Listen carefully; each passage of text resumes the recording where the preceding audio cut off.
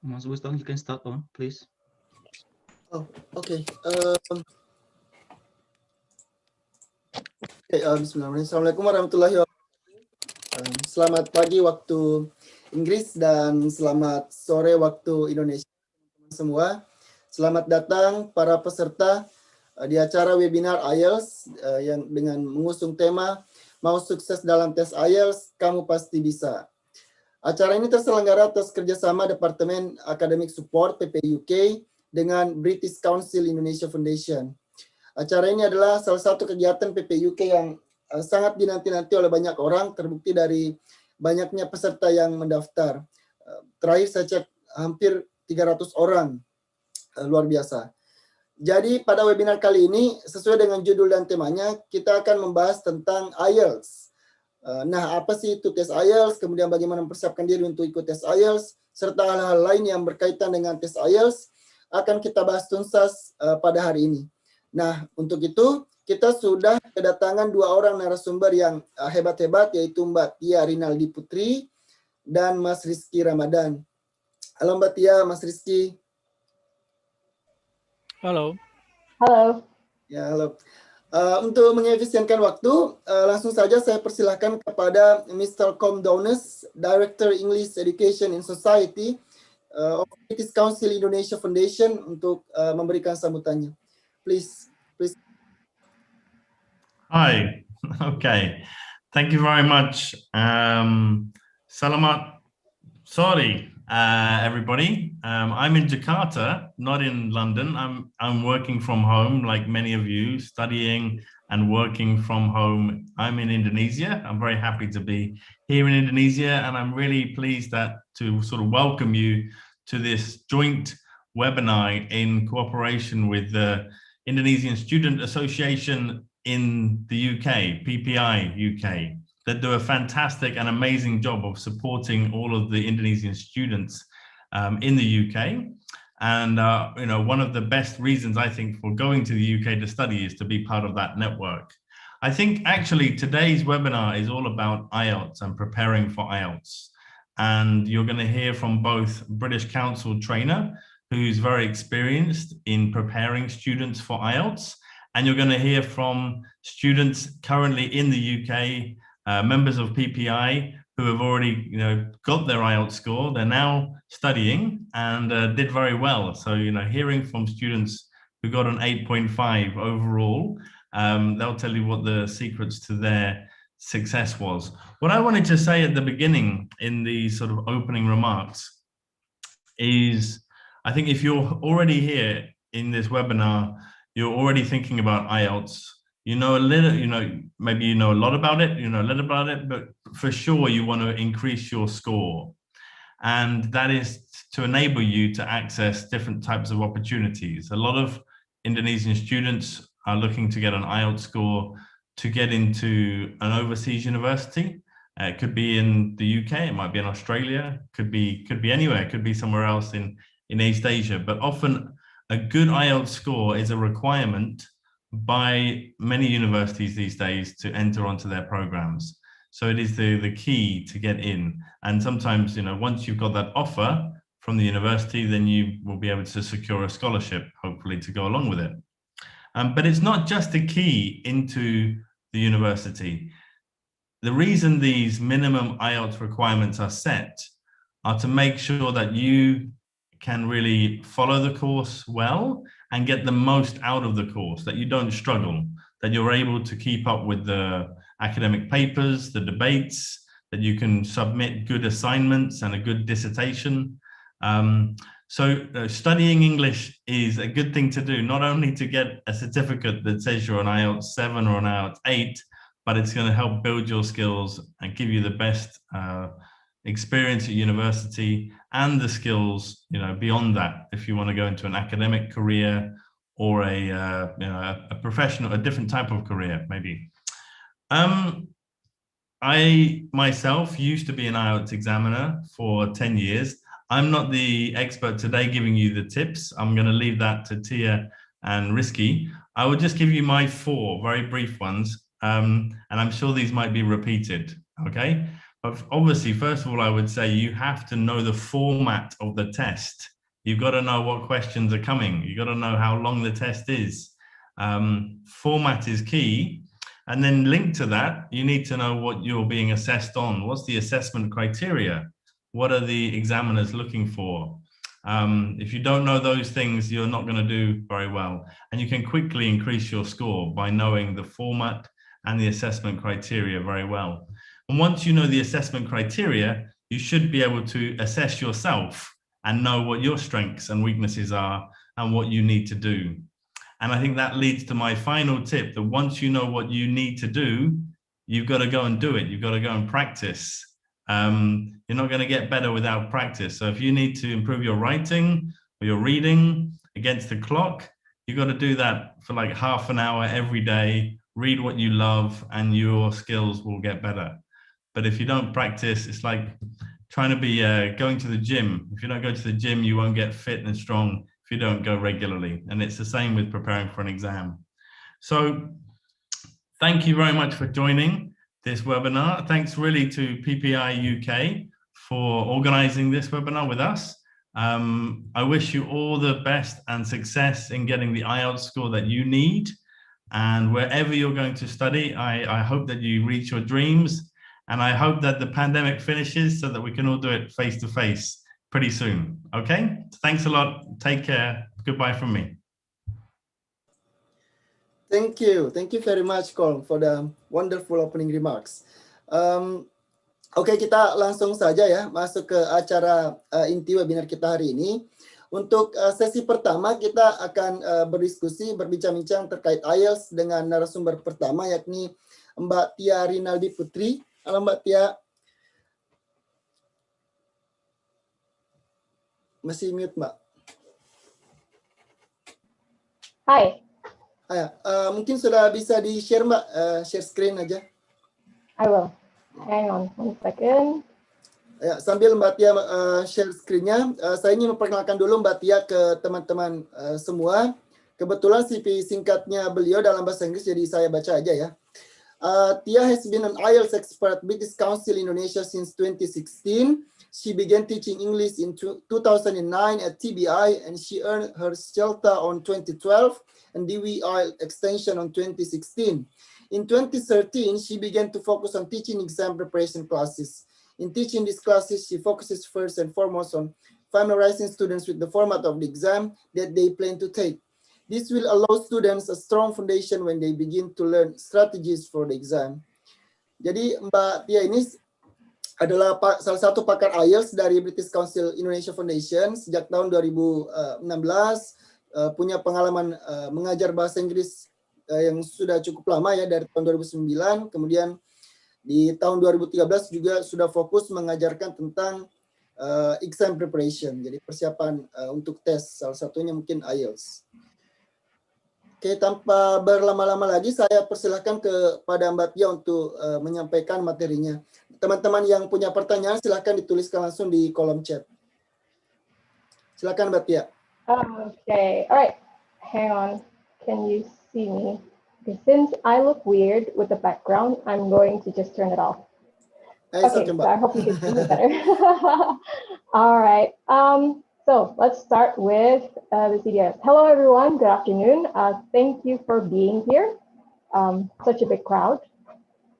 So today, I'm just going to walk you through CD IELTS, what it is, what it looks like. Hopefully, my aim is at the end of this this webinar, you'll have a better idea of what you will be facing when you take the CD IELTS. Okay, and just like Colby said earlier at the opening, knowing the format is a must when you want to succeed in a test. So without further ado, let's begin.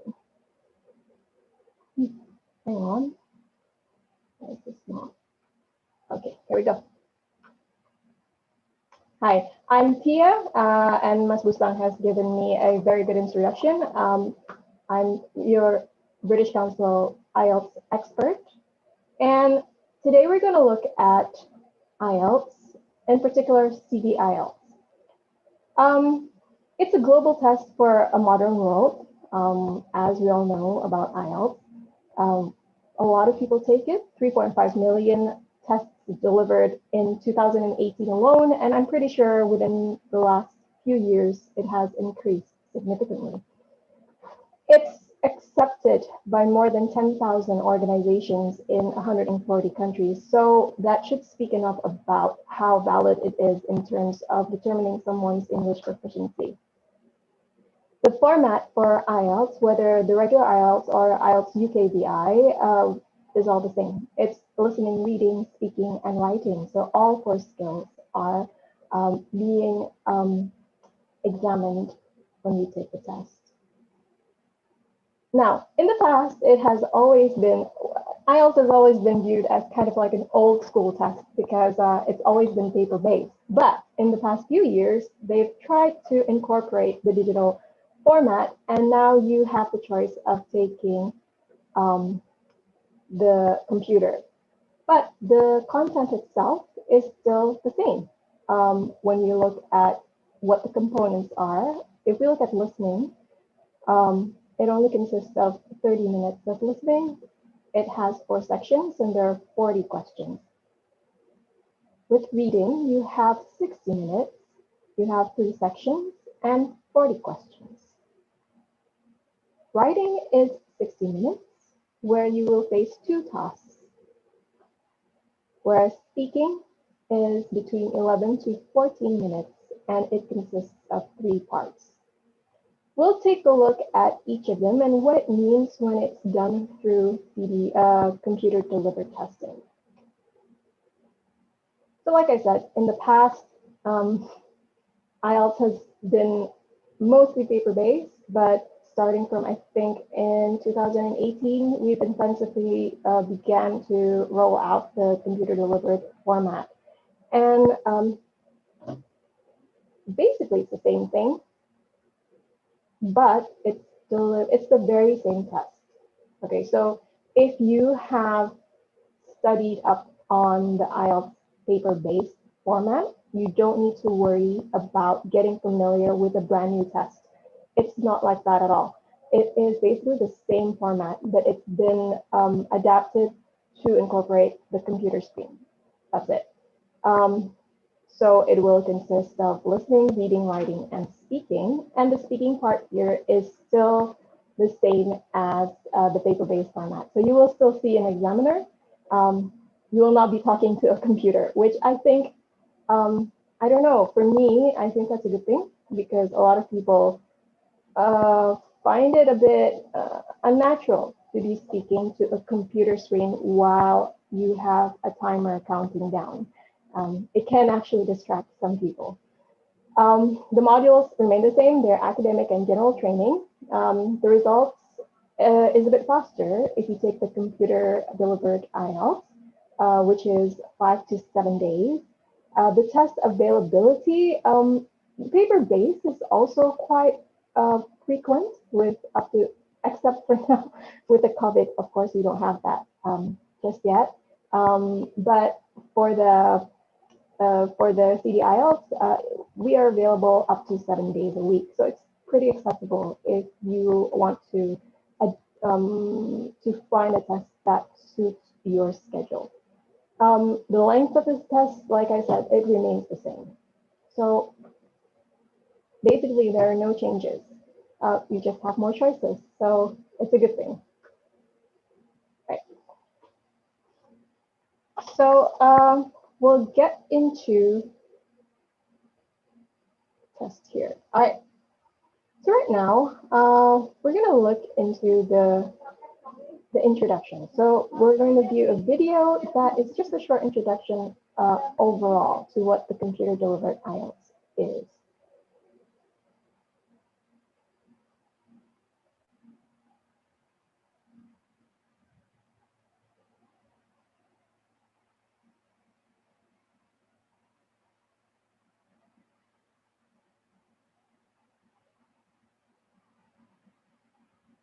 Can you hear anything? Oh, no.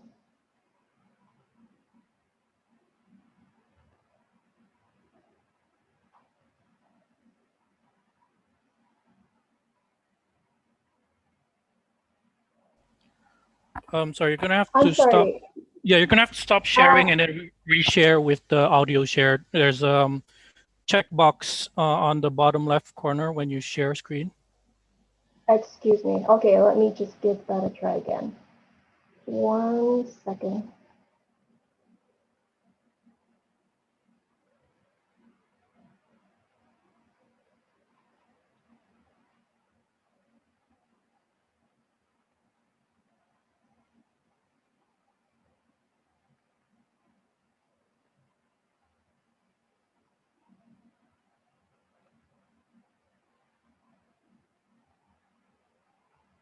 Okay. I'll have to do what? Sorry? So you're gonna have to stop the sharing, and then you have to click share screen again. And when you're selecting the window that you want to share, there is a checkbox, I believe it's on the bottom left, that says share audio. Okay. Yep. I'll stop sharing this now. Okay, let me share again.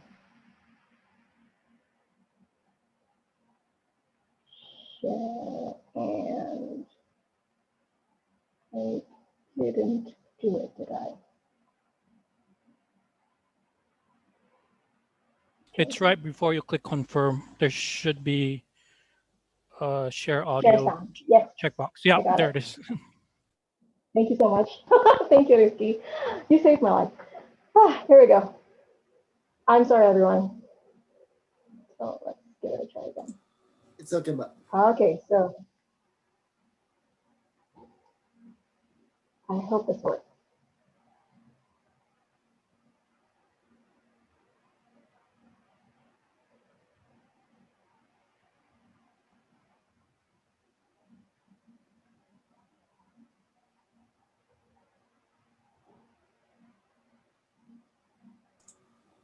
Memang gak ada suaranya, Mbak ya? No, there's supposed to be sound. Hang on. Oke. Welcome to our computer Ya udah, Can you hear it? IELTS tutorial 1. we can hear it. This tutorial will show you how to complete and prepare for computer-delivered IELTS. For each section, there's a clock at the top of the screen, which tells you how much time you have left. For the reading and writing tests, the clock will turn red and flash when you have 10 and 5 minutes left. The tests will automatically stop when the time finishes. The instructions for each part are in the box at the top of the screen. You can use the navigation bar at the bottom of the screen to move from one question to the next. Click on the number to go to that question. You can also click on the forward arrow to go to the next question, or the back arrow to go to the previous question. When you have answered the question, a line will appear under that question.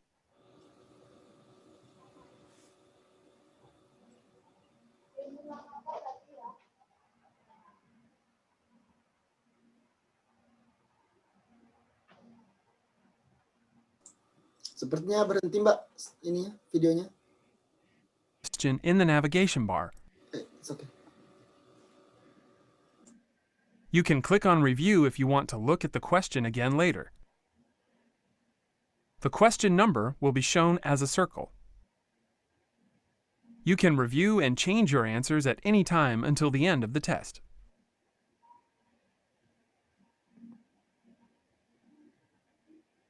The screen, which tells you how much time you have left.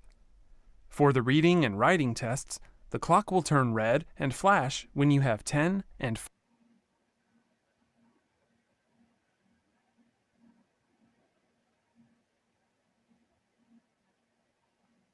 Welcome to our computer-delivered IELTS tutorial 1.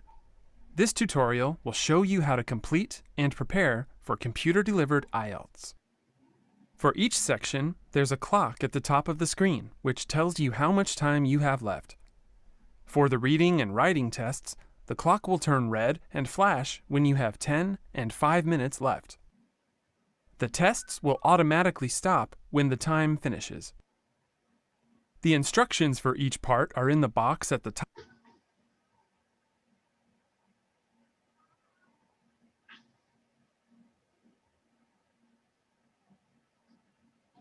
I'm sorry, I'm having trouble here with my, can you still hear the audio? Ya, ya Mbak, tadi Of the text. udah pause. Sekarang gimana? In each of the tests, Udah, there is a ya, help jalan lagi tab. Mbak. Okay. If you click on the Help tab, this will give you information about the task you're currently doing. If you click on Test Help, you will see information about how the test works.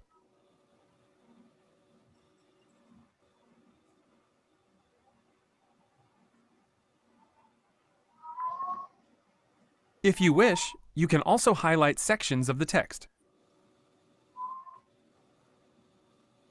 If you need to leave the test room for a few minutes, you can hide your screen by clicking on the Hide tab. When you return to the test room, click on the Resume Test button. That is the end of the introduction tutorial for computer-delivered IELTS. Check out the British Council IELTS YouTube channel for tutorial videos for listening.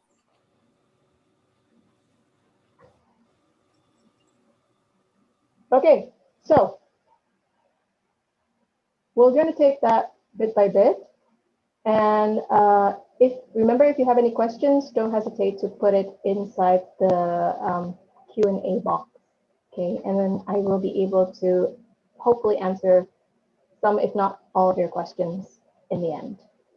So let's take a look at the features in the computer delivered IELTS test. As you can see, the content of the test is the same as what you would find in the paper-based, and the IELTS team has, in fact, thought about a way where you guys can still do the things that you do with paper-based tests, like highlight, make notes, look back at the things that you highlighted before, and you can still do that even though you're using the computer screen. Some people worry about that because even though it seems like computer-delivered test is, I don't know, maybe some people would think it's easier, but if you think about it, when it comes to reading and when it comes to listening, you've tried reading on a screen and reading on a piece of paper. They have different feels, and that might affect in how well you actually deal with the test. So let's take a look at the features a bit closer. You have the clock on top of your screen that will help you keep track of the time. You have the navigation bar at the bottom of the screen to jump from one question to another. So you won't have to kind of click through different questions in order to get to the one that you want. So it's pretty intuitive to navigate. The screen settings will allow you to change the font size, colors, and resolutions of the screen. I think this is a pretty big feature that might prove to help a lot of people when it comes to doing the test. You can hide the tab if you need to leave your desk, so I doubt anyone would have the time to look at other people's screens when you're doing the IELTS test. You will be able to get note papers for you to still make physical notes using a pencil. So let's take a look at each of the skills. Okay, we have here another short video where you will be able to see what are the features specifically for the listening part of the test. Hopefully this one is also all right. Okay. Can you hear it? Not yet. Yeah, it's about to start. For the listening test, Yeah, you can change the volume by using the volume bar in the top right at any time during the test. For each part of the listening test, you will hear the recording once only. Some parts of the test have more than one type of question. Each type of question has its own instructions. In the listening test, listen carefully for the part number and question numbers to make sure you are looking at the right screen. For some questions, you need to write your answer in the gap. For some questions, you need to choose which diagram label, A, B, C, etc., is correct for which item listed in the table. For each question, click on the correct space in the table. For some questions, you need to click on an answer and move it into the gap. If you want to change an answer, move another answer into the gap. If you want to leave the question unanswered, move the question back. And for some questions, you need to move an answer into a gap on a diagram. At the end of the listening test, you'll have 2 minutes to check all of your answers. The tests will automatically stop when the time finishes.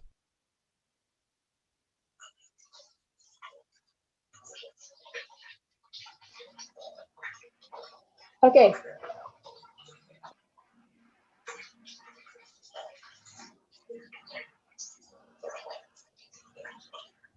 So one thing that I would like to highlight about that, if you have been studying about the IELTS test, the paper-based one, you will know that the listening test has a 10-minute assigned time for you to transfer your answers from your paper question paper to your answer sheet. However, this isn't the case with the computer delivered IELTS, and this is something that I have to remind my students to keep in mind at the beginning, so from the very beginning, so you don't rely on having an extra 10 minutes to transfer your answers or to go back and look at your answers. You will only have 2 minutes at the very end to really make sure that you've got all your answers in the right place. Other than that, it's pretty much the same with the paper-based test. Now let's take a look at the features that we have for the listening section. The headphones are provided. Before starting, please test the headsets and adjust the volumes on the screen. If you can't hear, you must tell the invigilators. Listen to the instructions carefully. So this is still the same as the paper-based.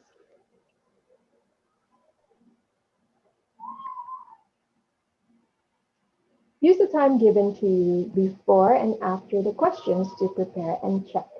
Again, one of the things that, one of the strategies when it comes to listening is to look at the questions before you do the listening, because it helps you prepare. It gives you context. It gives you clues. And when you have clues, when you have an idea of what the recording might be about, you will have better success in getting the right information. The key words in the questions will also help you anticipate what information to look out for. Think about what are the types of answers that are needed. Do you need to listen for numbers? Do you need to listen for names? Is it an adjective? Is it a noun? Is it a place? Is it a person? Remember that there are no penalties for incorrect answers. So when you are really pushed, you just guess. Yeah, don't leave anything empty. Don't leave any questions empty. Remember that just like the paper-based one, the spelling and capitalization of the words matter. So get familiar with how words are capitalized and be careful with your spelling. You don't have spell check, even though this is computer-based. Another key tip is synonyms. When it comes to listening, and even when it comes to reading, in IELTS, you will not find the exact same words in the question being said in the recording. Okay, so for example, if the question asks, who is the person next to the man?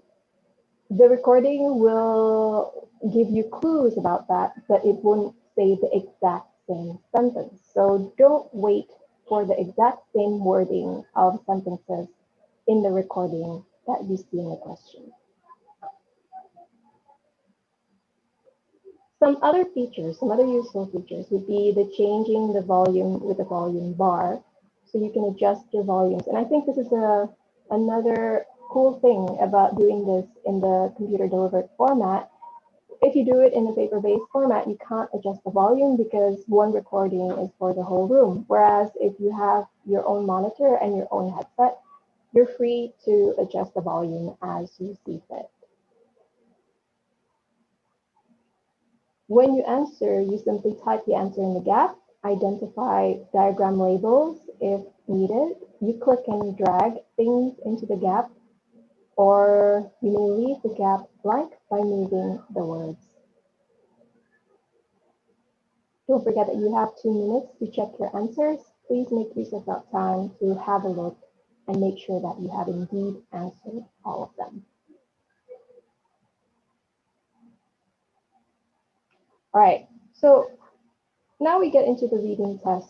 Can I see from you guys, if you can type into your chat box, what do you know about the reading test? Ya boleh teman-teman di chat ditulisin apa yang teman-teman tahu tentang reading test. Yeah, what do you know? What have you heard about the reading test?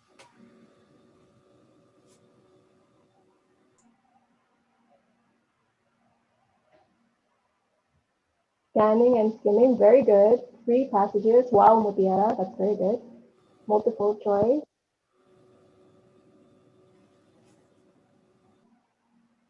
I see a lot of good answers here. Very good, you guys. You're prepared. Yeah. Okay, let's take a look. I'll see some highlights. Okay, you've got 1 hour. Very good. You remember that? Oh, I'm sorry. If there's a question, will somebody be taking notes of this for later? Yes. No worry. Yeah. Okay, thank you. Ya, Mbak. All right. Ya, Mbak. So you've got scanning and skimming. Very good. That's a strategy. You have 3 passages, multiple choice. Mutiara is very well prepared. Matching headings, endings with paraphrase. Long passages. Yes. Does anyone know how long the passages are?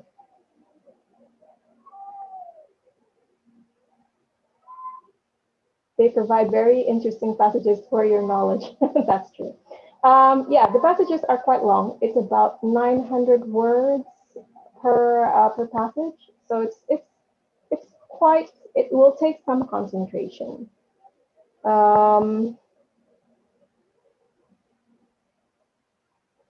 Yes, to know the ability. Okay, so here Fauzi is saying to know the ability for understanding what the purpose in the passage. Must read carefully. Okay, thank you guys. So I'm going to ask you to stop sending in answers and then so we can get a look at the video. But yes, you guys seem to be very familiar with the test already. So I'm glad now you can see what the test is like if it's in computer delivered format.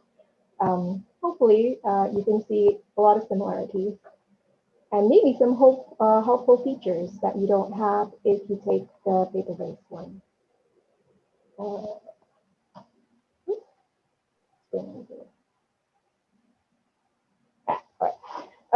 So keep in mind all the things that you've written down and all that you know about the test, and then have a look at how it's delivered in the computer delivered test.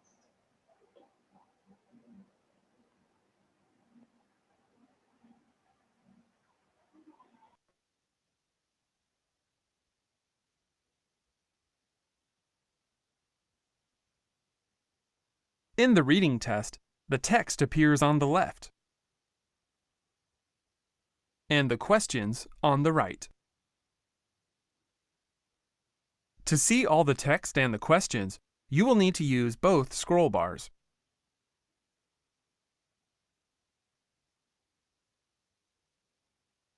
For some questions, you need to choose an answer.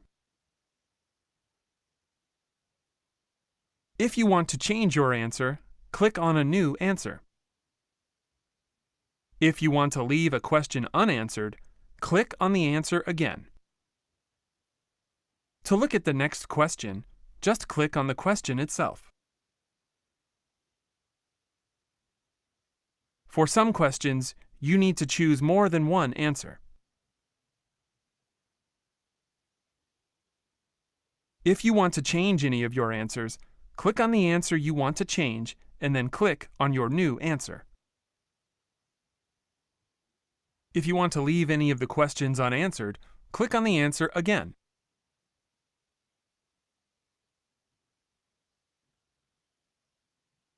For some questions in the reading test, you need to choose which paragraph or section contains the information listed in the table. Remember to scroll to read all the text. For each question, click on the correct space in the table. If you want to change an answer, click on Your New Answer. If you want to leave the question unanswered, click on the answer again. For some questions in the reading test, you need to click on a heading for a paragraph or section and move it into the gap. If you want to change your answer, move another heading into the gap. If you want to leave the question unanswered, move the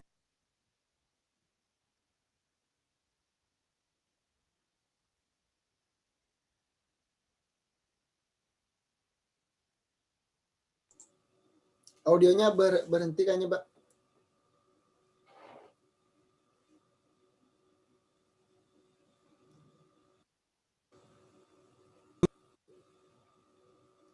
move the heading back. Yeah, it works. Is it okay now? Yeah. And for some questions, you need to write your answer on a gap in a The interesting diagram. part is just about to start. If you wish, you can also highlight sections of the text. To do this, left-click and drag your cursor over the section of the text or question you wish to highlight. Then, right-click and select the highlight option. To remove highlighting from the text, right-click on the highlighted area and select Clear.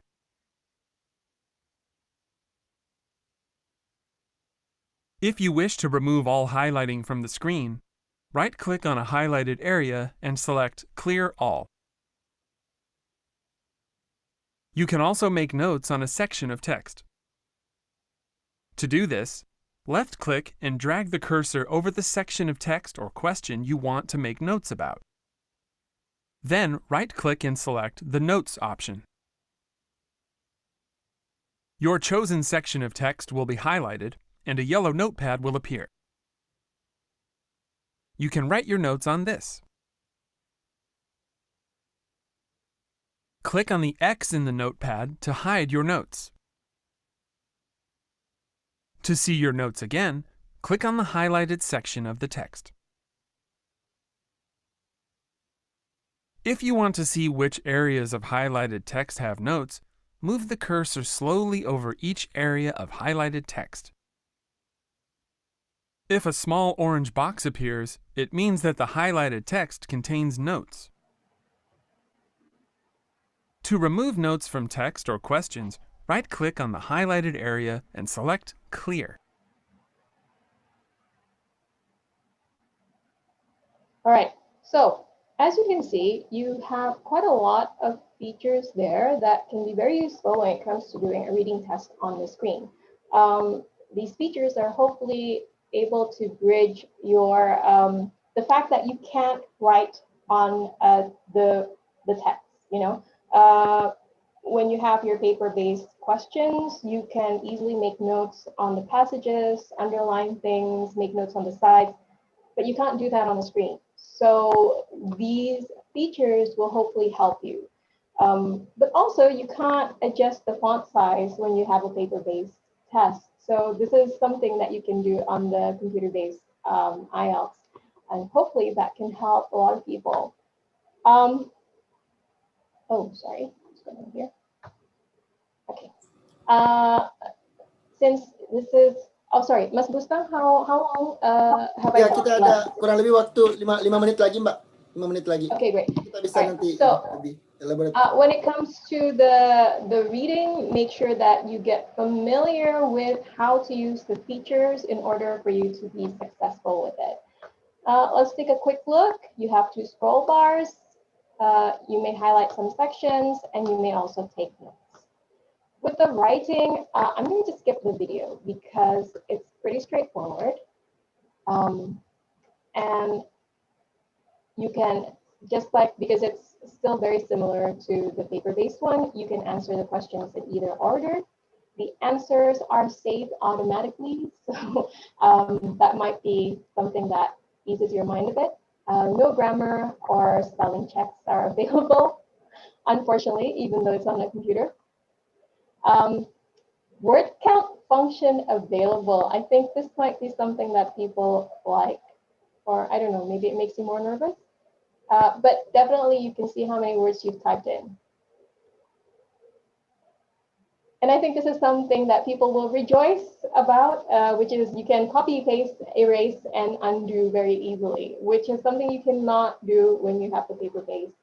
So in terms of advantages, I'd say people who are familiar with using computers and would like the ease of copy pasting and undoing their typing quickly might prefer taking the computer delivered test. Now the speaking test is still the same, even though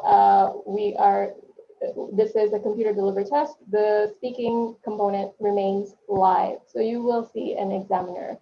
And just like the paper-based one, the examiners are looking for people who communicate their opinions and information on everyday topics and common experiences. That's in part 1. People who can speak at length, people who can organize their ideas coherently and express and justify their opinions. Those are the main things that we're looking for when it comes to speaking. It will also be good if you can analyze, discuss, and speculate about issues. Okay, those are all in part 3. Now, when it comes to taking IELTS at the British Council, here are a few reasons why you might want to consider joining the test with us. You get free access to all of these tools that will help you prepare for the test. Just like Colm said at the very beginning, knowing the format of the test is key when it comes to becoming successful in an exam. And as you can see earlier, you have all of these new features within the CD IELTS. So it's actually an advantage if you can take simulations of the test, where you can get used to the features like the highlighting tools and the note-taking tools and reading, the same thing with listening. Those are all very useful and can come in handy, but if you're not used to using it, it might end up confusing you. So I would suggest if you do take the test with IELTS, make sure you make use of all of these free tools that will help you prepare. We also have a lot of preparation videos. I will share with you a link here. Actually, I might already have it copied. Just 1 minute. I think.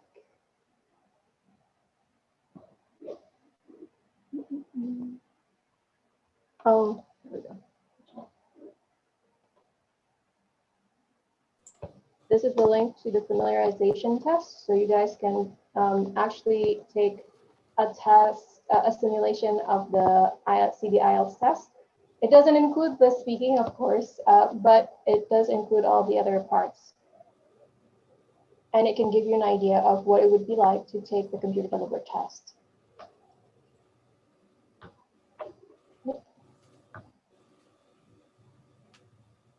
Okay, you also have the computer delivered practice test questions. You have the CD. Baru kita Yep, you have the CD IELTS online sample test, and that's it. That's it, pretty much. Oke, terima kasih Mbak Tia atas presentasinya.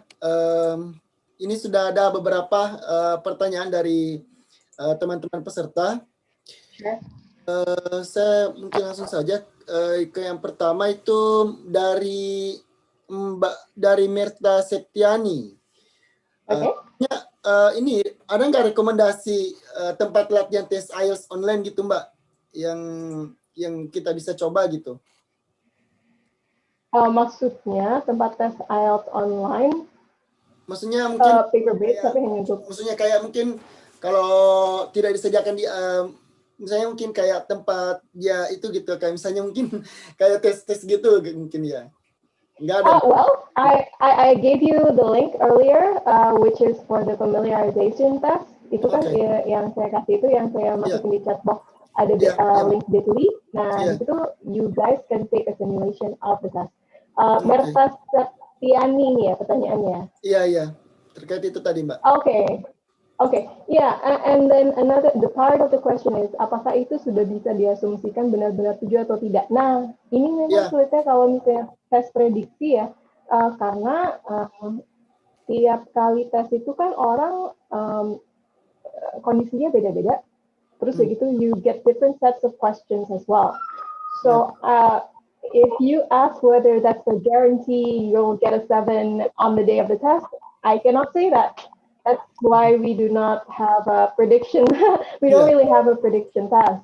You know, it gives you an idea of where you are, but since it's not even a complete component, bahkan nggak ada writing sama speakingnya, it's not a guarantee that you will get that. The most that you know is at that day, pakai tes yang itu, you got a 7 for the reading and listening. That's the best.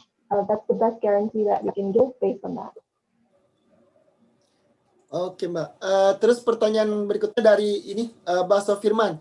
Kalau mau ikut tes yang IELTS online ini, yang computer based ini, caranya gimana Mbak? Maksudnya daftarnya online kah atau harus ke tes centernya IELTS atau gimana?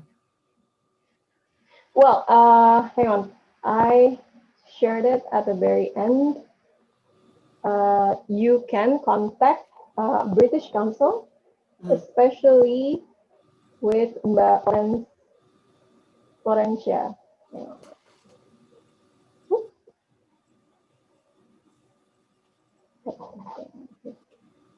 Oh.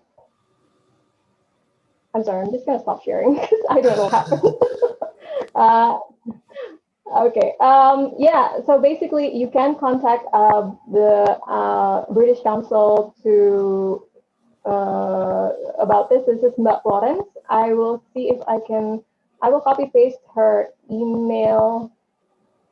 Oh, sorry. I will copy paste the email for exams and also the WhatsApp number, so you guys can contact them right away after this. Okay. So here we go. You have the exam email, and next is the WhatsApp number that you should be able to contact for more information. Hang on, let me just paste that in there.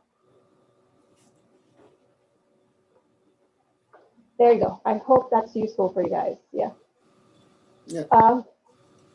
Any other questions? Ya, ini berarti itu ini bisa Mbak ya, berarti kontaknya lewat online gitu ya, lewat email berarti kalau kita mau pesan. Ya. Oke. Pertanyaan berikutnya dari ya Mbak. Pertanyaan berikutnya dari Hugo. Katanya do we still get a paper to note things down on listening section? Jadi kalau misalnya kalau kita tes listening ada nggak disediain papernya gitu? You do. You still can get a piece of paper and a pencil. Definitely. Yeah. Okay. Dari ini Hafiz Nurul Faisa. Kalau mau lihat jadwal tes di setiap kota, misalnya kayak Yogyakarta gitu, di mana Mbak katanya? Karena katanya waktu cek di website jadwal di Jogja itu masih kosong dan baru update-nya di Jakarta. Gitu, katanya. Yes, I'm very sorry, Hafiz. Sorry, Nurul ya.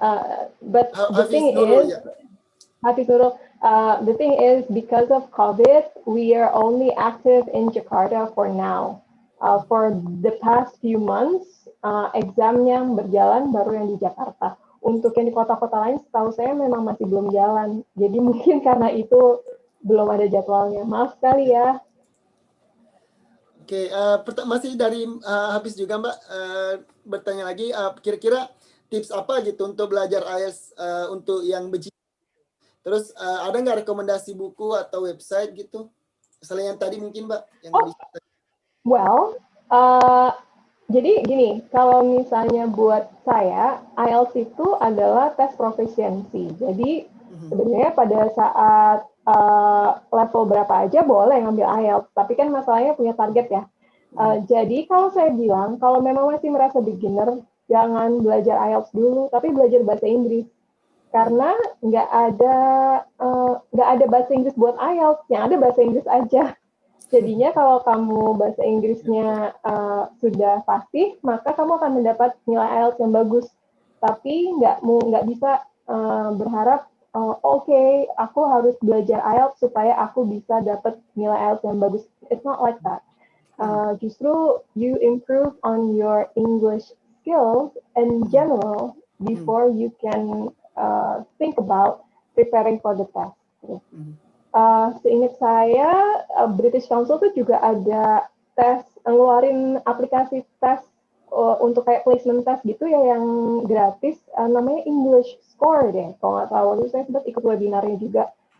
Itu bisa di-download dan kalau kamu ambil itu, like it's in mobile, kayak tesnya kayak cuma 20 menit gitu, terus kamu bisa lihat where your position is in terms of proficiency. So hopefully that can help you.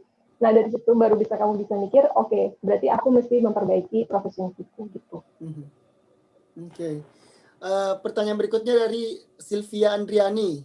Katanya, I have struggled a lot about fluency in speaking. A lot of people suggest me to practice speak with myself. Do you have any creative medium to practice by myself? Ada nggak Mbak kira-kira yang medium gitu ya, link atau platform gitu untuk practice speaking? Sebenarnya gini, kalau misalnya masalah speaking itu you have to kind of figure out why you are struggling. There are several things. The first one might be pronunciation. Okay. The second one might be vocabulary. Okay.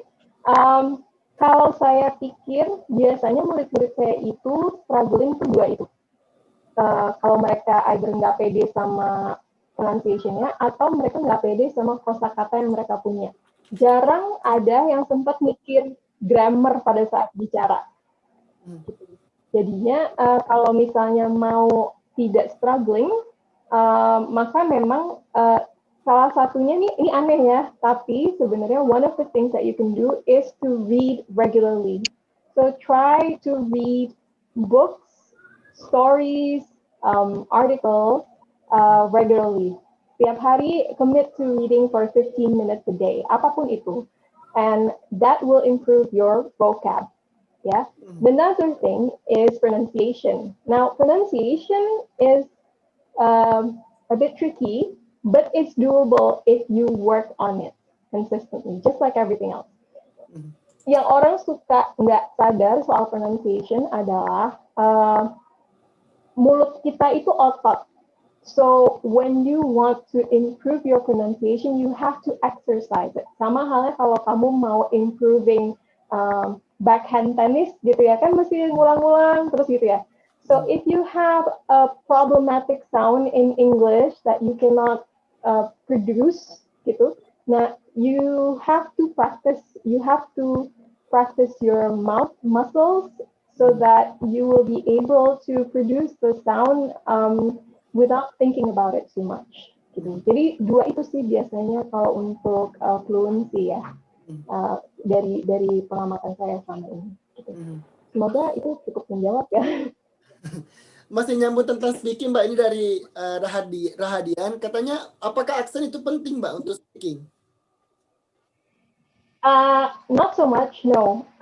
Kalau misalnya, sebenarnya saya juga tadi agak lihat tuh, aksen itu maksudnya apakah harus British accent atau Australian accent atau apa gitu ya.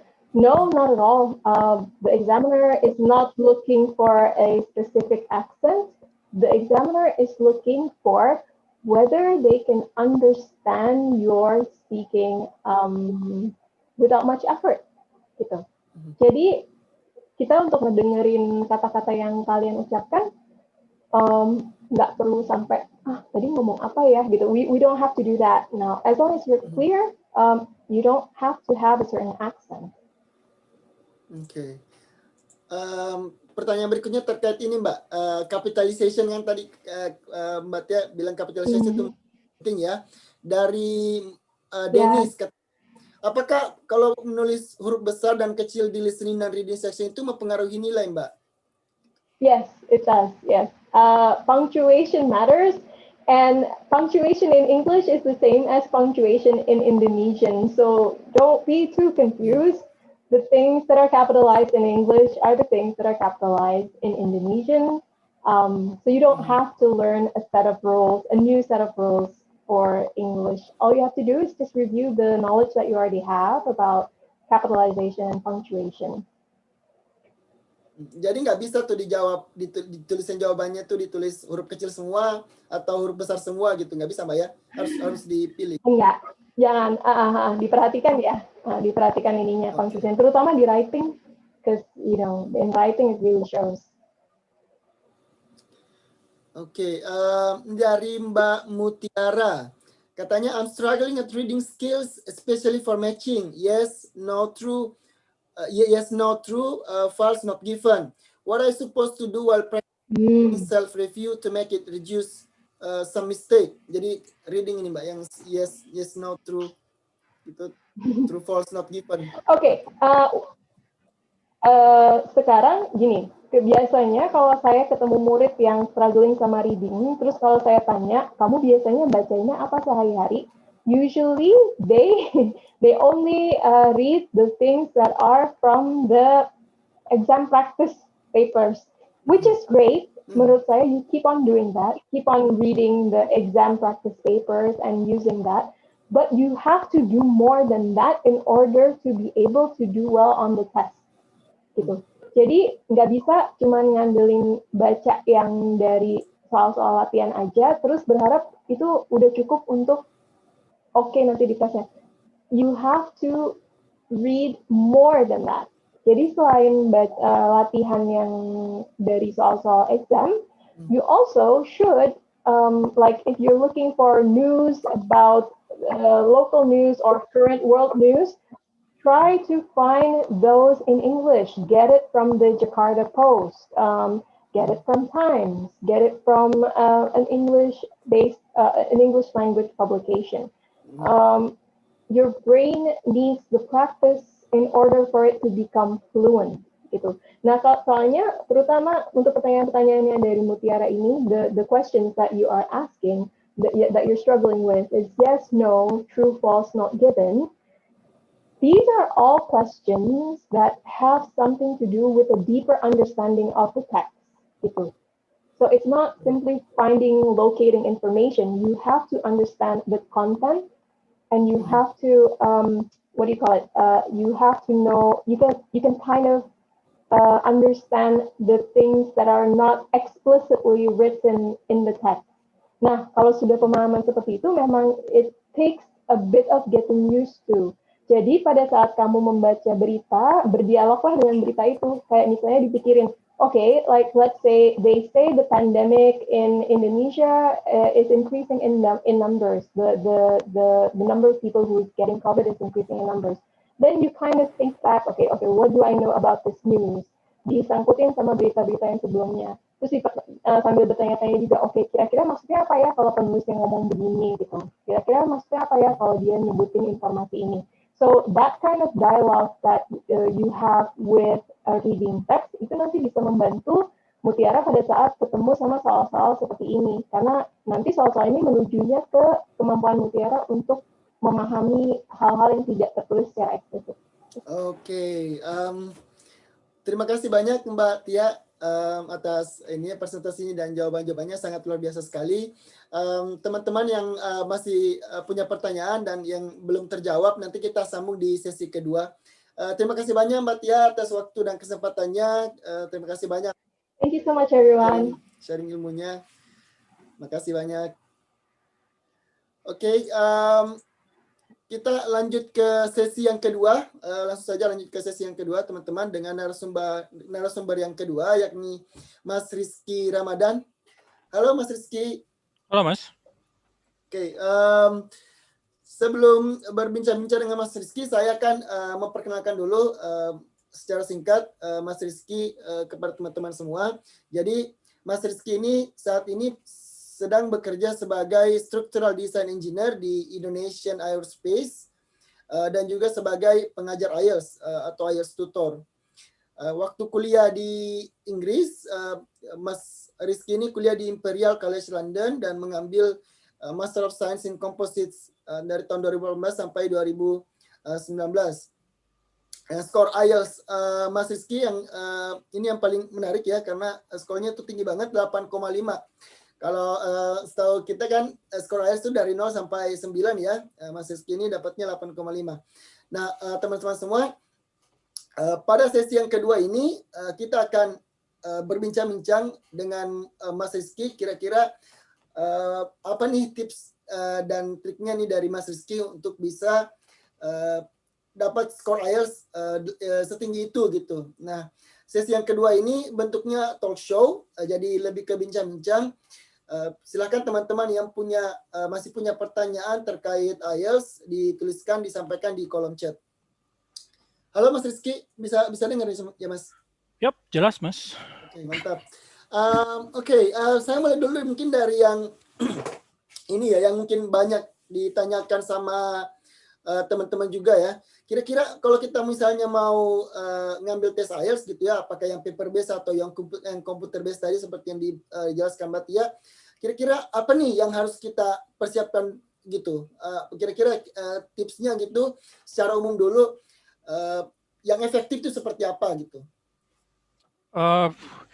Ini untuk kesekian kalinya mungkin saya menyebutkan format.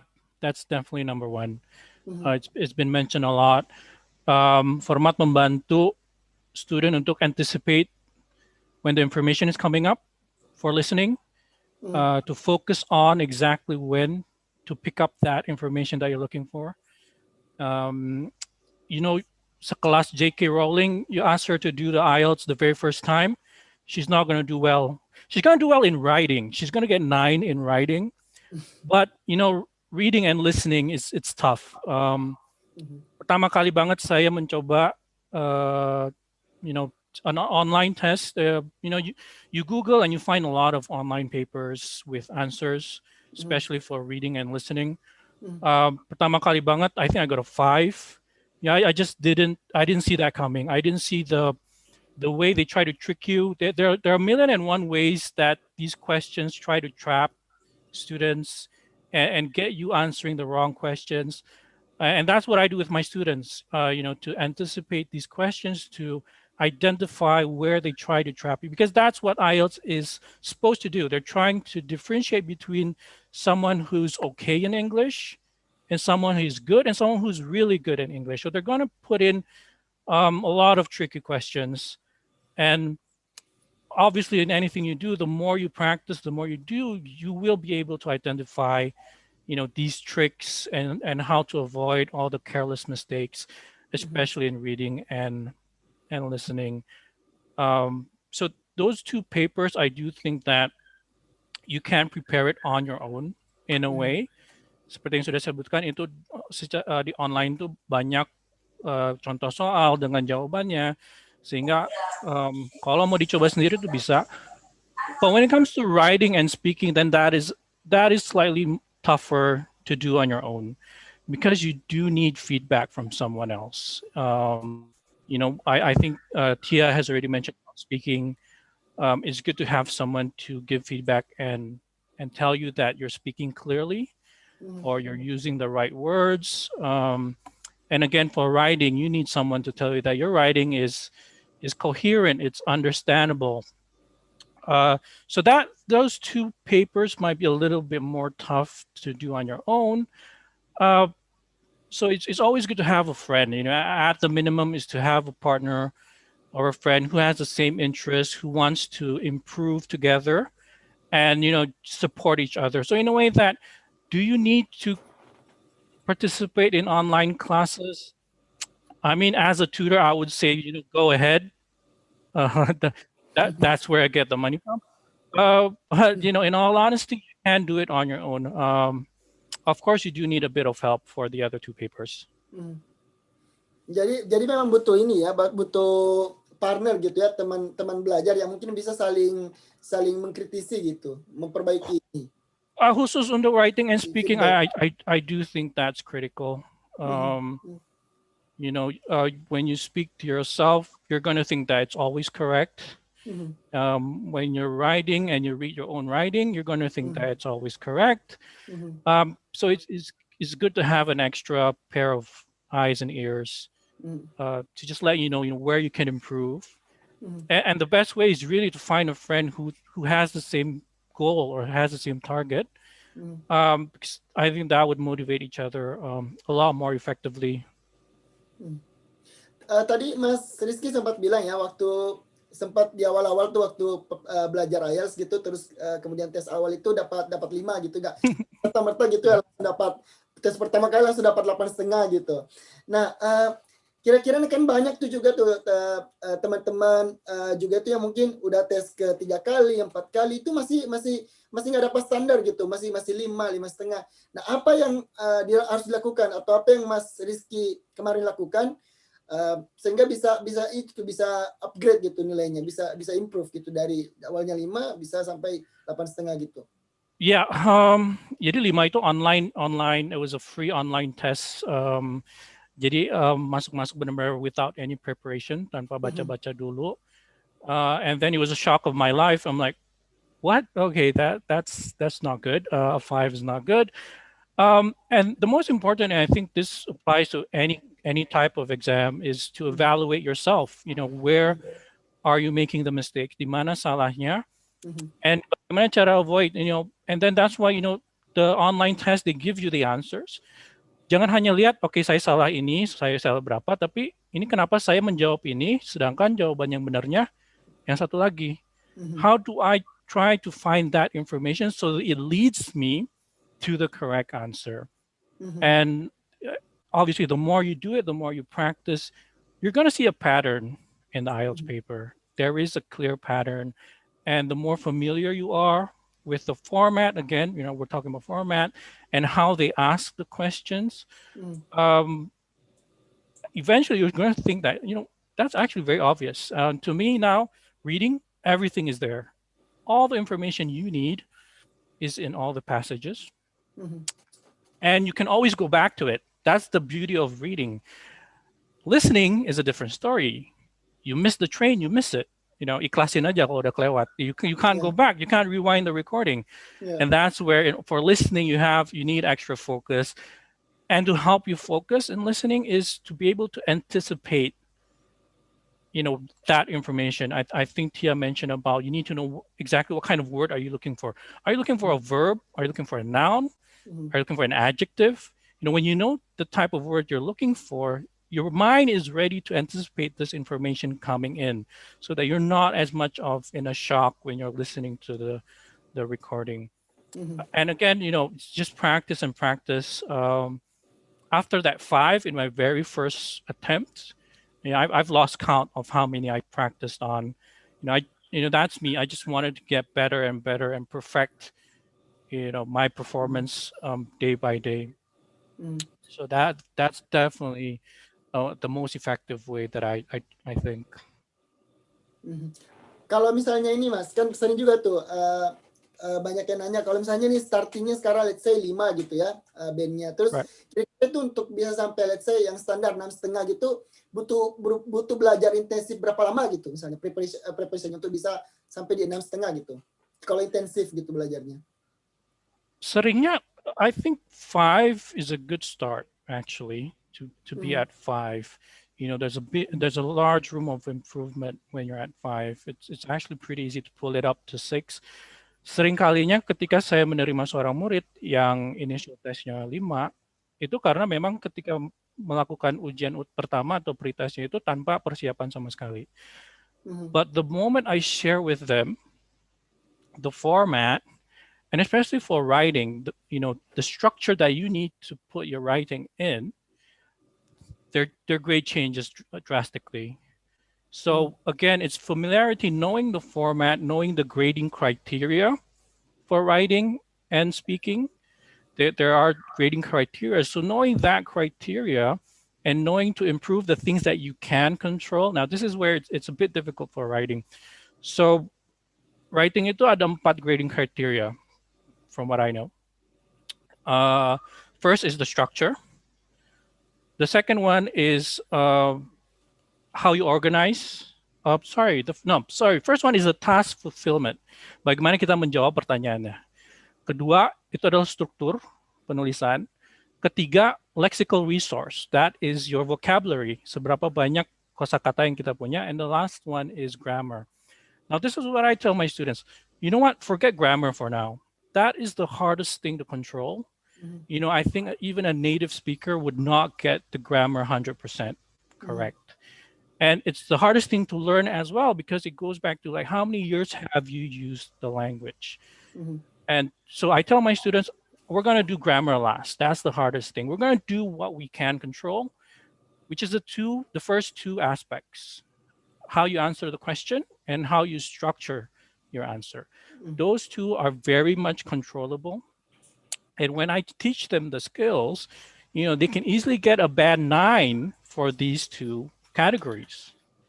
And then lexical resource or vocabulary, that's something that I always try to like feed students with new words, new vocabulary, not to repeat the same words over and over again.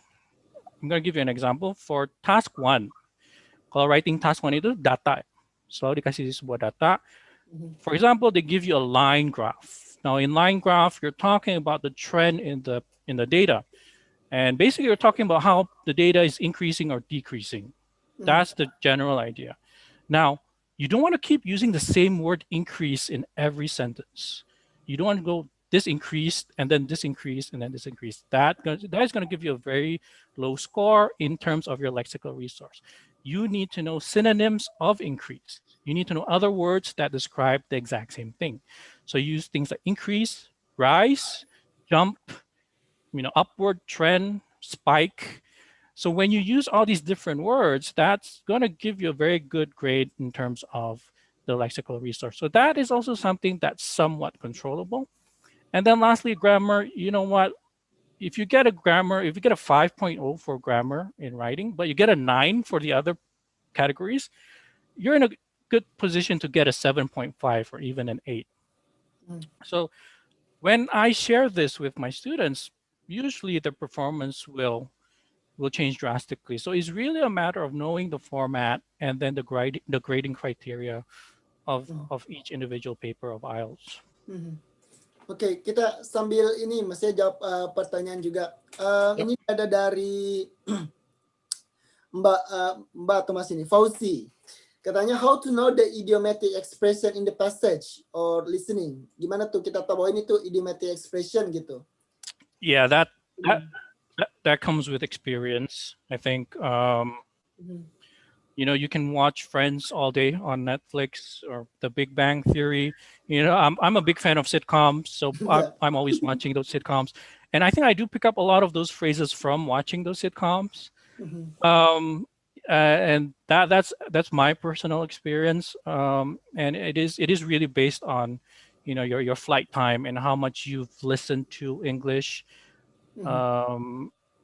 I do think the current generation, they're so much more exposed to English than my generation, and I'm exposing my age, I guess. But my time, we didn't have Netflix. We had to go to the Warnet for internet, or use dial-up, which was pretty horrible. But now, with YouTube and Netflix, I'm sorry I'm mentioning brands, but all the services, you're so much more exposed to the English language that you should make good use of all these platforms, and they're all very enjoyable. Anyway, it doesn't feel like studying at all. So you might not consciously know that you're studying, but by listening to them, And then practicing listening to it without reading subtitles. That somewhat helps. And yeah, I do think that to have more flight time would definitely help there. Jadi sekali lagi ini ya, practice makes perfect gitu. Dia yang butuh latihan. Ada pertanyaan lagi Mas dari Hugo. Katanya how to avoid rambling when we answer the questions. Nah, gimana tuh kalau gugup gitu? Yeah, that's nerves. You know, I always tell yourself to just be confident coming in. Try to be as relaxed as possible. You know, there are some tricks to delay actually giving it an answer. So if you need time to think, you can do things like, well, and you see how I said well very long there. So as I'm saying well, my mind goes into overdrive and trying to think for the answer. So you have these different tactics. You can say that, let me think about that, or wow, that's actually a very good question. So these are all delaying tactics to give you some, few microseconds or milliseconds to think through and prepare a good answer. Obviously, for speaking part 2, where you're given you're given a piece of paper. I think that's still how it works, right? You're given a piece of paper with certain information, and you're supposed to tell a story in 2 minutes. Now, when you're given that information, you can plan what to say for the next minute. So it's good to plan out what you want to say, to draw out a skeleton of your speech, so that by the time that you're actually giving the story, it'll be much more natural. It'll be much more fluent. If you're talking about mumbling, then that's more of, and I do agree with Tia here, it's muscle memory.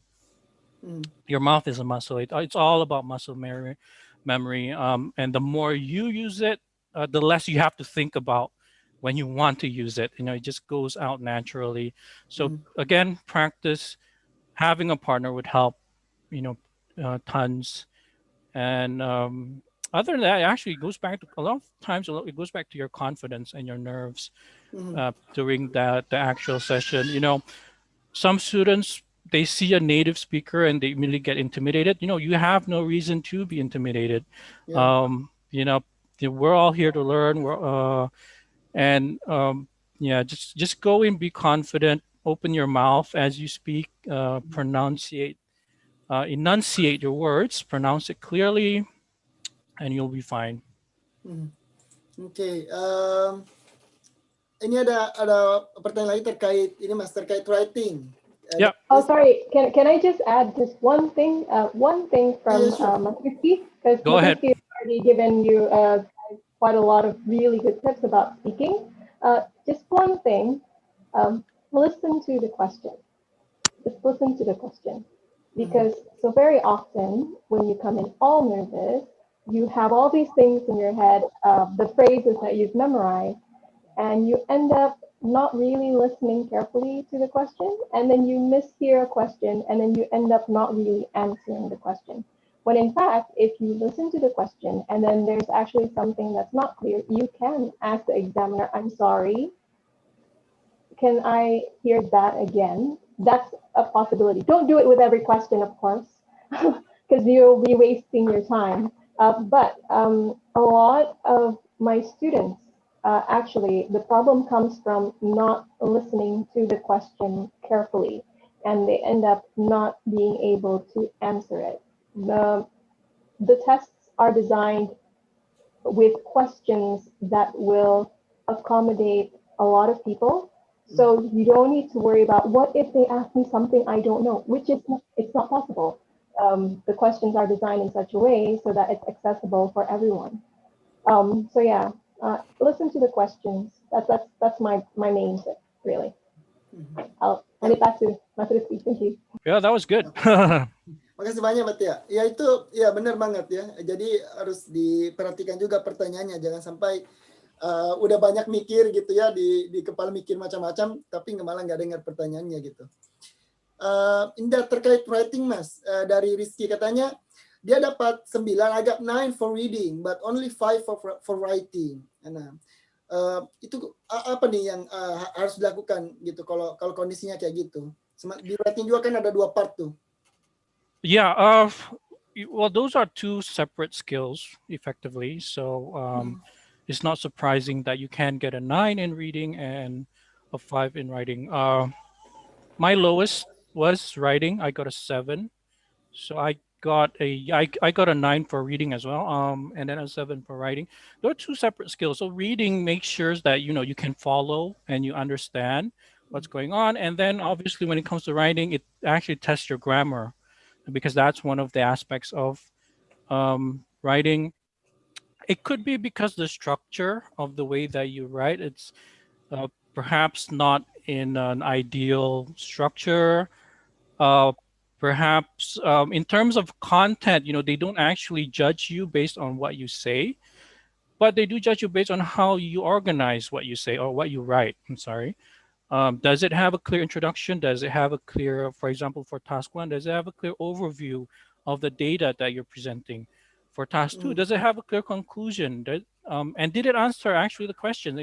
This is similar to speaking, where you have to make sure that you do answer the question, make sure that you're covering every point that was mentioned in the question. So, there are a lot of reasons why it could be a 5. Again, I did not read that piece of writing. If I did, probably I could give a bit more specific feedback. But there are a lot of reasons why it could be a 5, and I'm just mentioning several reasons just now. Yeah, so it's not surprising to have two scores that are very different between the different papers, because they are two different skills. Ya, terkait writing juga Mas, ini kan di part 1 itu kan ada yang bilang nih, part 1 part 2 kan beda banget nih. Ada yang bilang part 1 itu kita nggak boleh beropini karena misalnya kayak mendeskripsikan proses atau grafik gitu ya, kita hanya boleh mendeskripsikannya aja. Tapi kalau nggak boleh beropini. Tapi kalau di part 2 malah kita harus beropini gitu, harus berargumen. Nah, gimana tuh melatihnya tuh? Apa itu benar? Terus kayak gimana tuh melatihnya? Kan itu 2 set skill yang berbeda kan ya? Yeah, exactly, and it is true for task 1. Task itu nggak boleh ada opini sama sekali. You're basically presenting what you see on the graph given or on the map given. So there's no conclusion in task 1. You don't say I think this, or in my opinion, this graph increased because there was an increase in population. No, you don't, because you don't know that. They give you minimum information on that data. They just give you numbers and the trend. So you actually can't make any opinion in task 1. And then task 2, they'll give you a statement where they allow you, to either agree or disagree, to discuss whether it's a positive or negative impact, or ask you to talk about advantage, disadvantage. And now these are all opinion based. It's all based on what you believe or what you feel. And there's really no right or wrong answer, actually. You can say that you agree as long as your supporting points supports that statement. Another student can say disagree. It's perfectly fine, because that student can have a good supporting statement for the disagree stand. And yes, you're right. These are two separate skill sets, but these are two skill sets that you really need, moving forward in school. When you're doing your thesis, when you're doing lab reports, to differentiate between where you're just stating data and facts and where you can chime in and put in your own opinion or your conclusion, or your ideas. So yes, there are two separates, and it is pretty clear that, task 1, there shouldn't be any opinions, whereas task 2, you need to say things like, in my opinion, or I believe, or I think, because that's what they're looking for. They're looking for, what do you think about the topic? Nah, mungkin juga sebaiknya di task 1 itu nggak ini ya Mas, maksudnya gambarkan trennya itu nggak detail, maksudnya nggak terlalu detail gitu, maksudnya disebut tahun segini naik, tahun segini turun, tahun segini naik lagi, tapi lebih ke harusnya menggambarkan trennya, bukan memberi deskripsi detailnya gitu ya, karena kadang kan ada kayak gitu. Well, tergantung ya, kalau misalnya dalam satu pertanyaan itu ada 2 graf, dikasih satu line nama satu bar graph, then when you're describing the line graph, you probably can't say too much.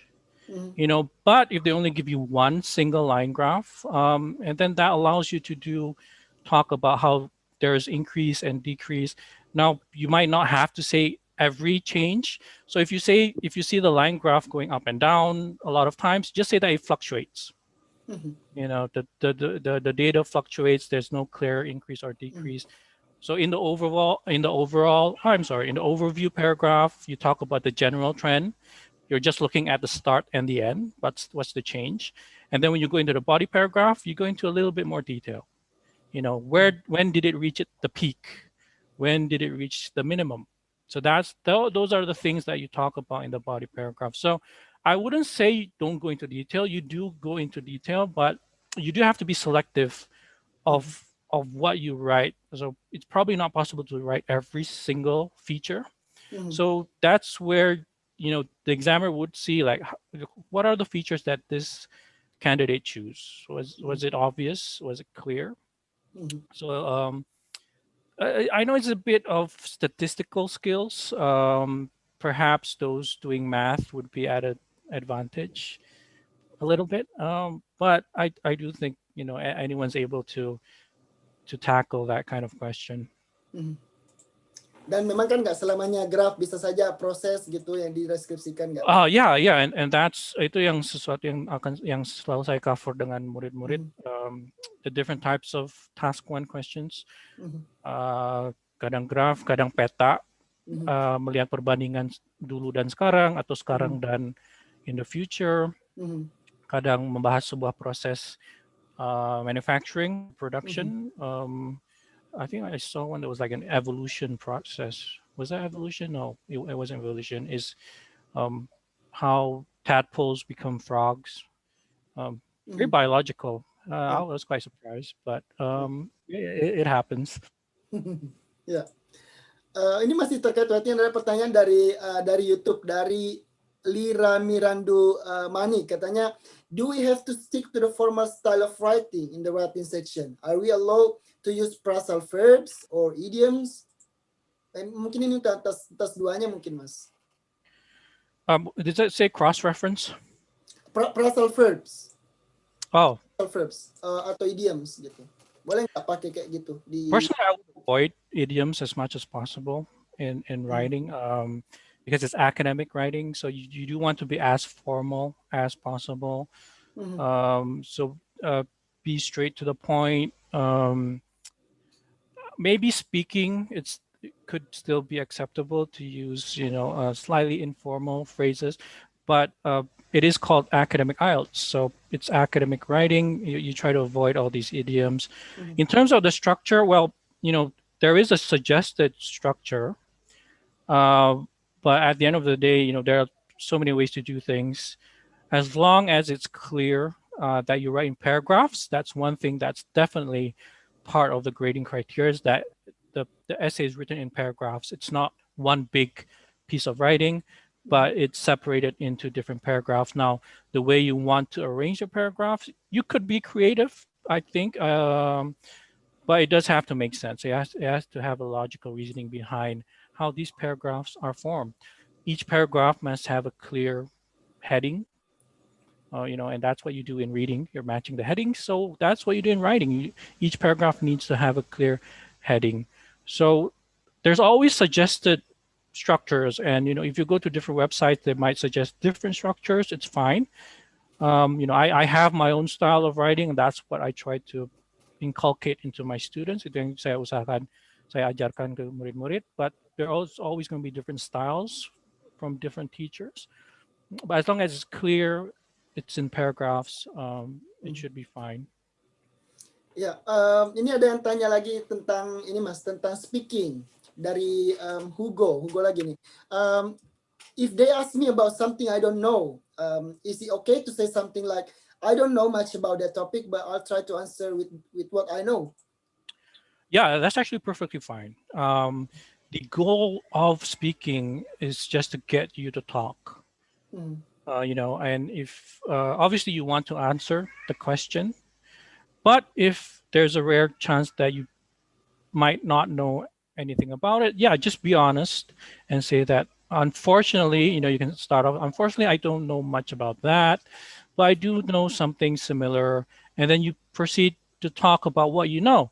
Because at the end of the day, what they want to see is, or they don't want to see it, but they want to hear it. They want to hear you speak for that period amount of time given.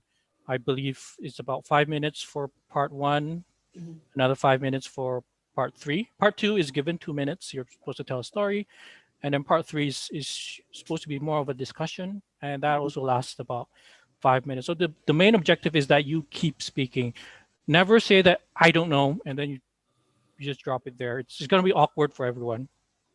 So if you don't know, be honest, say it gently. Unfortunately, I'm not familiar. And there are a lot of ways of saying I don't know. You can say I'm not familiar with the topic. I've not heard much about that. And then, yeah, you can actually change the topic if you want. And then usually the examiner would adjust, and they're not going to be that mean.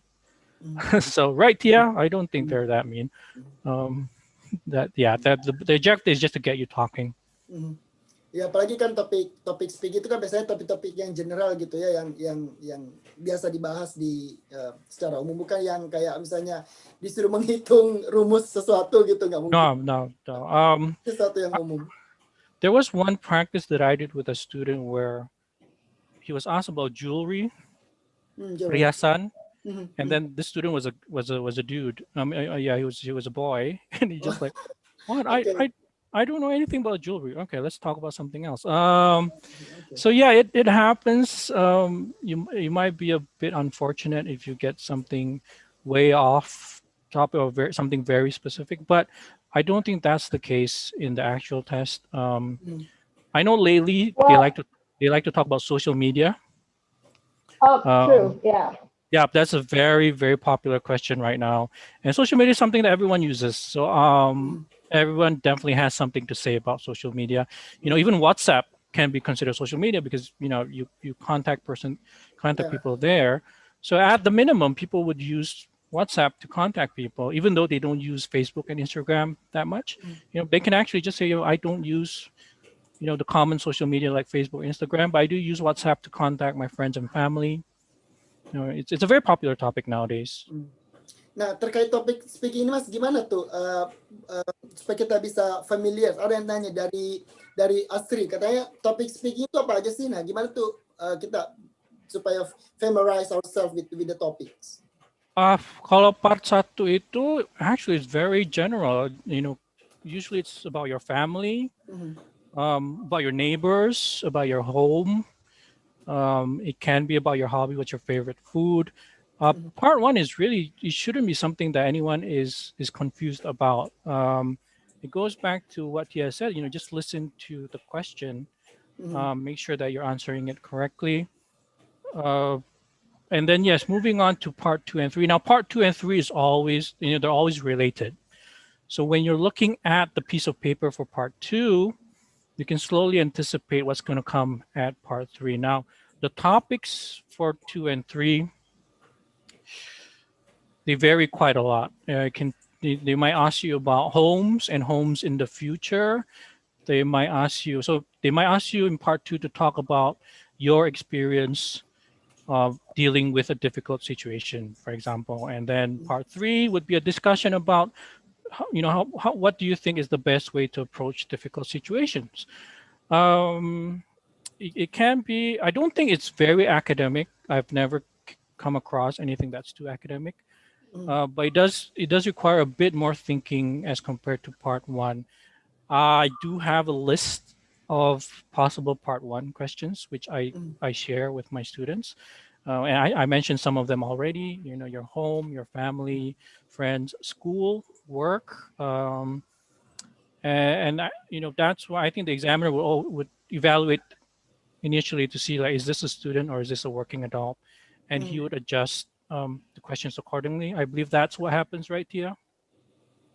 I've never been an examiner, so pretty much. Yeah. I don't know. I'm assuming, but yeah, I do think they would cater to the different demography, if I may say so myself. If he sees that it's a student. Well, one thing. Yeah. One thing that you guys have to understand.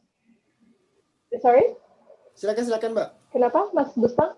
Silakan. Oh yeah, one thing you have to understand is the examiners follow a very strict script within part 1 and 2. So if they seem like they're very insisting on asking one question, it's not because they're trying to put you in a corner.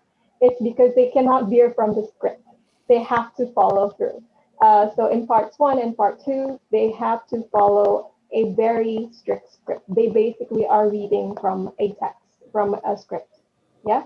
In part 3 is where they have a little bit of opportunity to kind of personalize the questions, but even then, it's still based on a structure that has already been set. You know, so one thing that you need to kind of understand, and hopefully will help you detach, is that no examiner is out to get you. They want you to speak as much as you can, and they will do their best to help you so that you're able to say as much as you can. Because if you don't say much, they won't have anything to judge you on. They cannot say very certainly what level you're at. So work with your examiner, listen to them, listen to their questions, and if anything's unclear, tell them honestly. And like what Christy said, if you really like stuck and you really don't have an opinion on this one topic, just tell them so. It's all right. Ya, thank you Mbak. Ya, ini ada pertanyaan lagi Mas dari Mbak Meli terkait reading. Mungkin ini permasalahan yang juga sering dialami teman-teman pada saat reading. Gimana tuh membedakan given dan not given di reading gitu? Yeah. Maksudnya true, false, not given. Yeah. False dan not given itu gimana tuh bedanya? True, false, and not given. First thing I do is I see the statement. I find the keywords.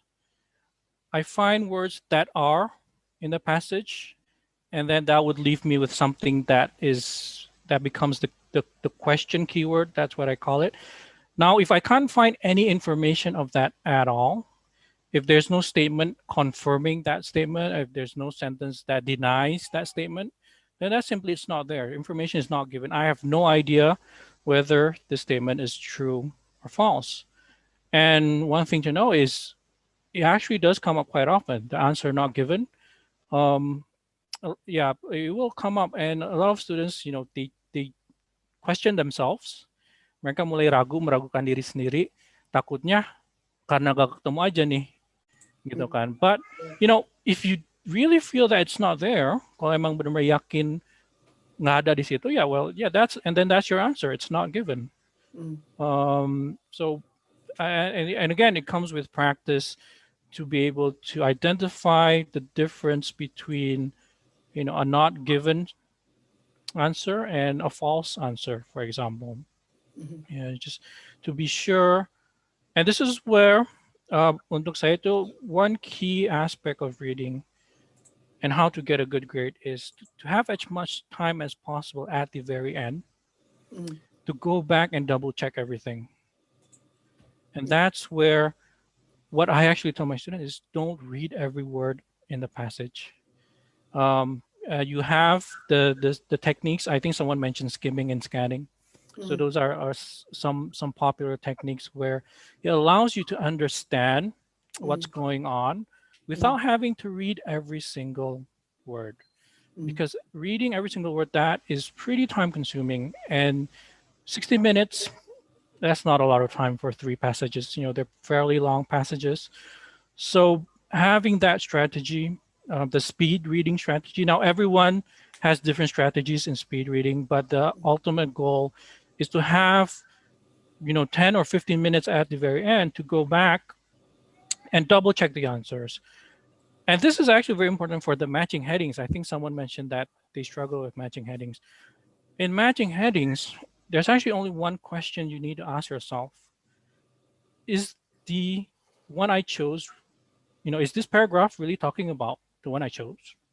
That's one question that you need to ask yourself. And use a lot of times when you go back to it and you ask yourself that question, you realize, hang on, no, that doesn't talk about this. I chose the wrong one. And then you have to look at other options, or you look at it, you ask yourself, and you're pretty sure, you're pretty confident that, yes, I have selected the correct heading. And that, to me, that is key actually to reading, is to have that extra time to go back and double check all your answers. Because usually when you look at it again, it's going to be a lot more obvious. Ya, yang terkait itu juga Mas, scanning dan skimming tadi. Yeah. Ini udah banyak nih pasti teman-teman yang familiar dengan strategi ini ya, scanning dan skimming. Tapi mungkin yang agak kurang diketahui teman-teman itu kapan sih sebetulnya atau di pertanyaan apa saja sih kita bisa pakai scanning, terus di pertanyaan yang kayak gimana gitu kita bisa pakainya skimming gitu. Yang mana gitu? Reading. Actually, itu tergantung masing-masing student juga, how comfortable they are using those techniques. I'm a scanning person. Saya orangnya lebih ke scanning, so I can try to skim the paragraph. A lot of times I don't get the main idea immediately. So I like to do scanning instead. Scanning is when you know the word that you're looking for. So you look at the question, you see the keywords of the question, and then you go to the passage looking for those keywords. And I think Tia mentioned how it might not be exactly the same. They might say something else. And this happens to listening as well. So that's where they will use synonyms and paraphrasing.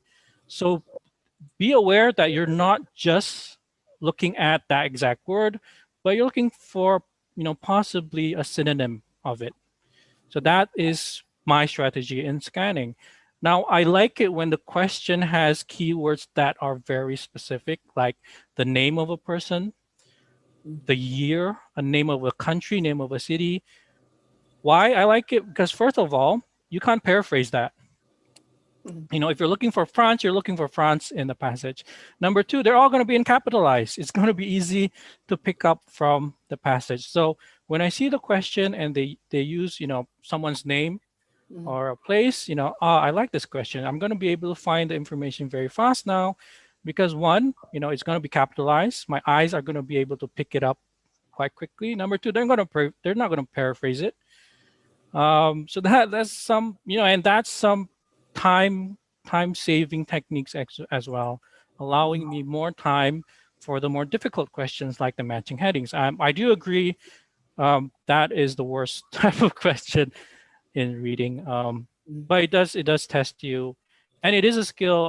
After going through, studies in London, whatever skill I needed for IELTS, that's exactly what I had to have to survive the horrible education. It's not horrible, I'm sorry, but the tough, the rigorous and the high demand education system there.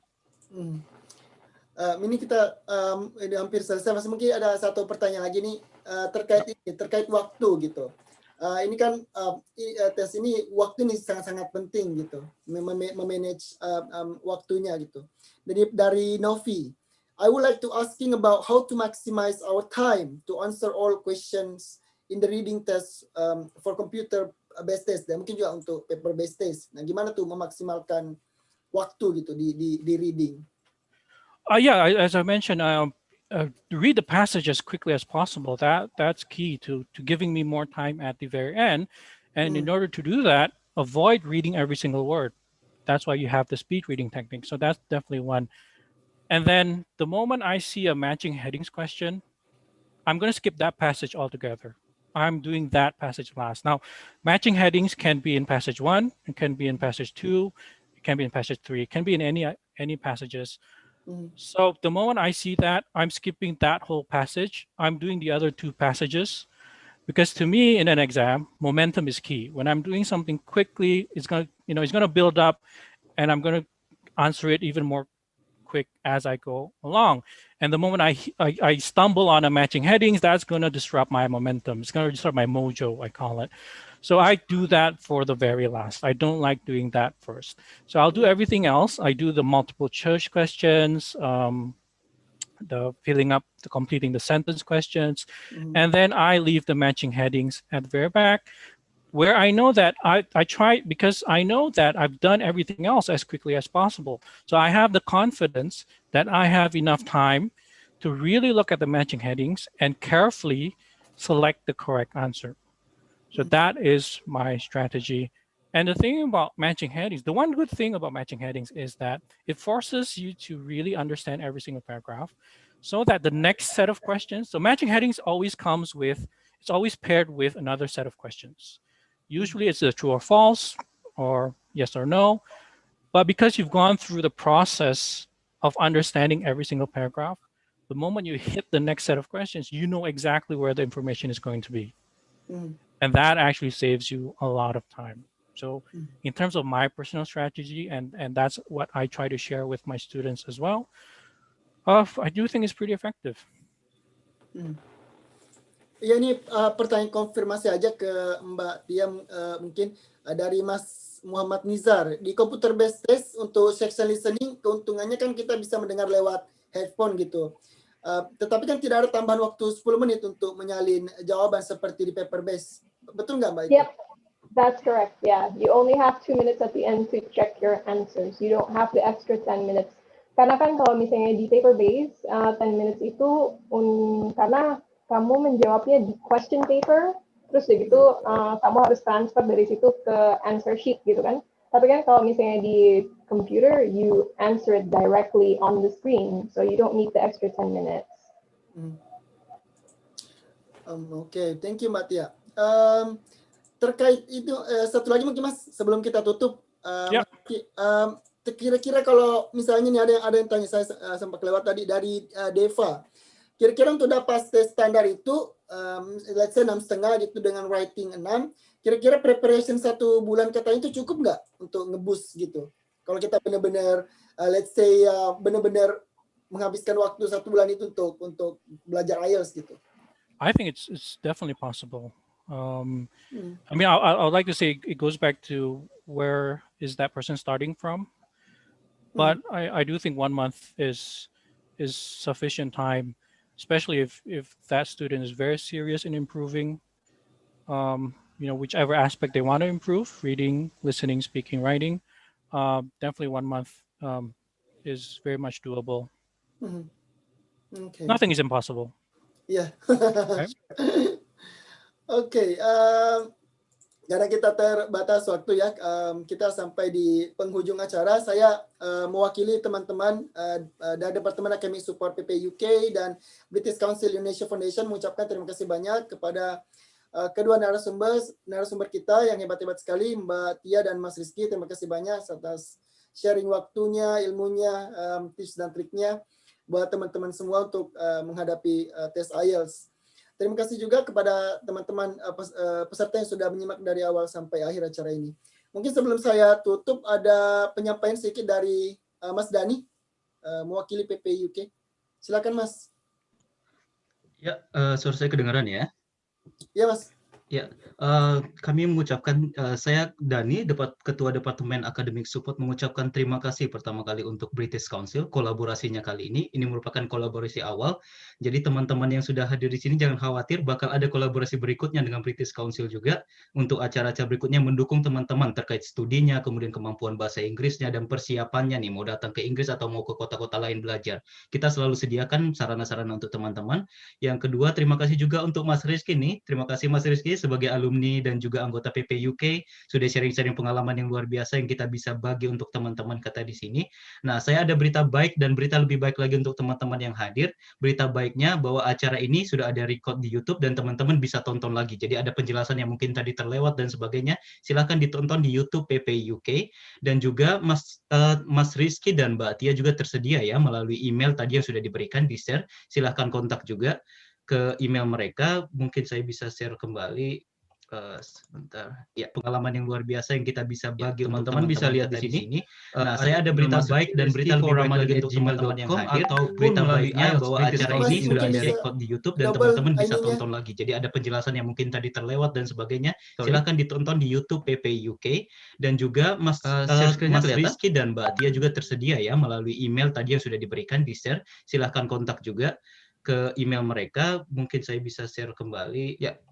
Mengapa Mas Musa? Ya, pengalaman yang luar biasa yang kita bisa bagi teman-teman bisa lihat di sini. Nah, saya ada berita baik dan berita lebih baik lagi untuk teman-teman yang hadir, atau berita baiknya bahwa acara ini sudah ada record di YouTube dan teman-teman bisa tonton lagi. Jadi ada penjelasan yang mungkin tadi terlewat dan sebagainya. Silahkan ditonton di YouTube PP UK, dan juga Mas Rizky dan Mbak Tia juga tersedia. Halo Mas Musta. Ya Mas, tadi ini double ininya. Berulang-ulang ininya. Pas Mas Daninya share screen tadi.